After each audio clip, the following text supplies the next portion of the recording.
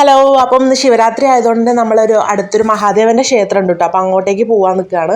അപ്പോൾ രാവിലെ നമുക്ക് ഈ പോക്ക് നടന്നില്ല. കാരണം ചേട്ടായിക്ക് ചെറിയ പനിയൊക്കെ ഉണ്ടായതുകൊണ്ട് തന്നെ നമ്മളൊന്ന് ഹോസ്പിറ്റലിൽ പോയായിരുന്നു. ഇപ്പോഴത്തെ പനിയല്ലേ, ഏതാവൊന്നും അറിയത്തില്ലല്ലോ. അപ്പം നമ്മളെന്തായാലും വന്നപ്പോഴേക്കും കുറച്ച് നേരം വൈകി. അപ്പം എന്തായാലും വൈകിട്ടേക്ക് പോകാമെന്ന് കരുതി. വൈകിട്ട് നമ്മൾ കുറച്ചപ്പം നേരത്തെ ഇറങ്ങി. കാരണം 2-3 അമ്പലത്തിലും കൂടി പോകണം എന്നൊരു പ്ലാൻ ഉണ്ടായിരുന്നു. അപ്പം കുറച്ച് നേരത്തെ ഇറങ്ങിയാലേ അതിനൊക്കെ പറ്റത്തുള്ളൂ.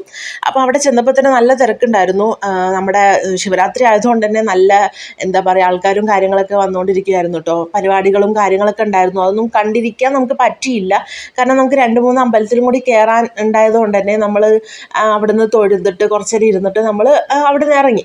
പിന്നെ നമ്മൾ പോയത് മുരുകൻ്റെ അമ്പലത്തിലോട്ടാട്ടോ. നമ്മളിവിടെ വന്നതിന് ശേഷം ഒരുപാട് തവണ പോകണമെന്ന് വിചാരിച്ചിട്ടും പോകാൻ പറ്റാത്തൊരു അമ്പലമായിരുന്നു. അപ്പോൾ എന്തായാലും ഇപ്രാവശ്യം പോകാമെന്ന് കരുതി.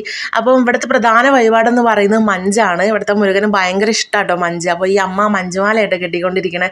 അപ്പം എന്താ പറയുക, എല്ലാവരും വന്നാലും മഞ്ചുമാല ആണ് പ്രധാനമായിട്ട് വഴിപാട് നടത്തുന്നത്. അപ്പം അമ്മേനോടൊക്കെ കുറച്ച് നേരം സംസാരിച്ചിരുന്ന് നമ്മൾ വീണ്ടും അവിടെ നിന്ന് ഇറങ്ങി നമ്മൾ നേരെ പോയത് മഹാദേവൻ്റെ ക്ഷേത്രത്തിലാണ്. ഇവിടെ വന്നപ്പം ശിവരാത്രിൻ്റെ ആഘോഷങ്ങളായിട്ട് ഒരുപാട് നല്ല പരിപാടികളും കാര്യങ്ങളൊക്കെ നടന്നുകൊണ്ടിരിക്കുകയായിരുന്നു.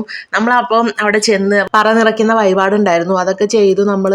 പിന്നെ ഇവിടെയും നമ്മൾ ആദ്യമായിട്ടാട്ടോ വന്ന ദിവസം തന്നെ നല്ല ഐശ്വര്യമുള്ള ദിവസമായിരുന്നു. ശിവരാത്രി ആയതുകൊണ്ട് അവിടെ ചുറ്റിലും നടന്നൊക്കെ കണ്ടു.